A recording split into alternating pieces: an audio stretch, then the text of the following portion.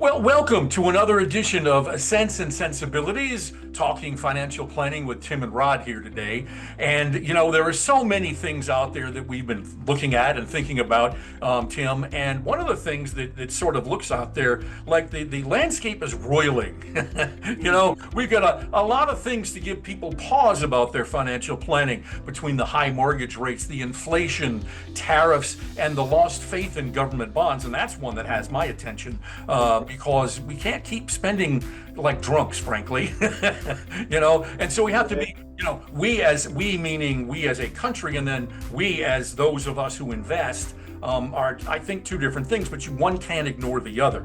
So where do you come down in this sort of roiling atmosphere? Yeah, it's interesting. You think of the word of the day as uncertainty, right? I mean, I'm sure it's one of the most Googled words. A couple years ago, it was unprecedented, right? And now it's uncertainty. And, the first thing I like to say is every year when you're talking about financial markets, there's always uncertainty, right? Mhm. There's no guarantees, there's no knowns, but this year does feel like there's a heightened amount of uncertainty. So I get that. And as we were coming into the beginning of the year, things talking about tariffs, trade wars, $1 trillion deficits that you mentioned. I mean, these by nature are generally inflationary. And that's been putting some pressure on your longer dated bonds, and by correlation would be like mortgage rates as well. Right. It's interesting. If we go back to September of 2024, the Federal Reserve actually reduced or cut rates, which President Trump is trying to encourage more today. And yet mortgage rates at that time actually went up.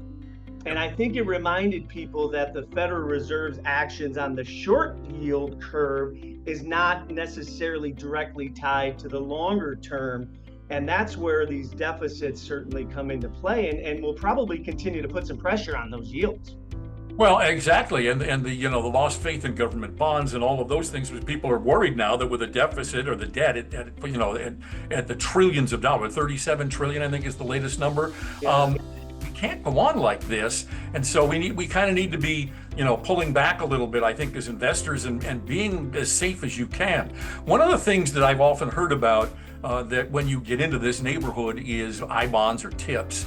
If you're going to buy individual ones, you're capped at $10,000. But I guess there are other ways that you can manage that if you want to get involved in it, if in fact we hit an inflationary patch here. Yeah, there's so many available instruments that one can invest in, and certainly tips are one.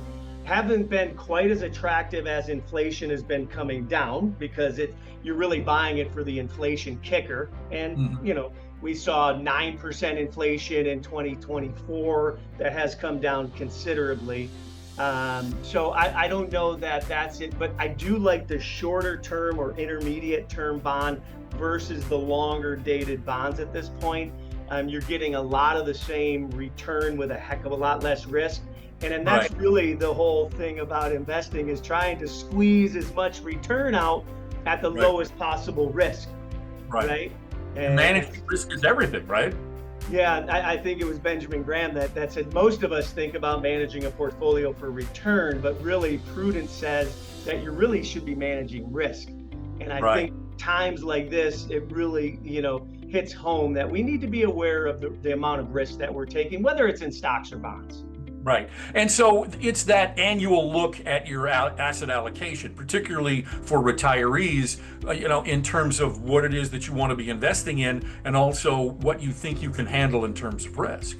Yeah, and it's been a good first half of the year, right? I mean, both stocks and bonds in general are both up anywhere from 4 to 6%. Now, a lot has happened. I think of the Rip Van Winkle. If you fell asleep on January 1, you woke up June 30th, you wouldn't think much happened, but boy, a lot has happened in these 6 months. Yes. You've seen stocks, U.S. stocks go down as much as 10% at one time, and yet now they're up 6, actually all-time highs after yesterday. Right. So, been a good period. We don't know where this is all headed. It seems like it could be okay, but that's why you've got to you're basically making that bet whether you think that what's being done in Washington is going to be good for us or not, and then ride that horse, as you will. Yeah, and some of these things obviously take time to go through the system, right? Even our tariffs. I would suggest that we haven't seen the full impact of tariffs yet. So will that be inflationary? Very possible, but there may be other things that offset that. We have the Federal Reserve. Our expectation is they probably cut rates 1 or 2 times this year. That certainly would help with economic growth. Unemployment's still pretty good unless you're the one without a job, then it's really bad. But historically, in that 4% unemployment rate is pretty darn low. So there's a lot to like, but certainly a lot of uncertainty as we look forward. Right, so that's the recommendation. Then make sure you check in with your financial planner. Make sure that your asset allocation is in touch or matched with your desire for risk and your ability to handle risk as we go forward. Absolutely. I mean, always looking at your asset allocation.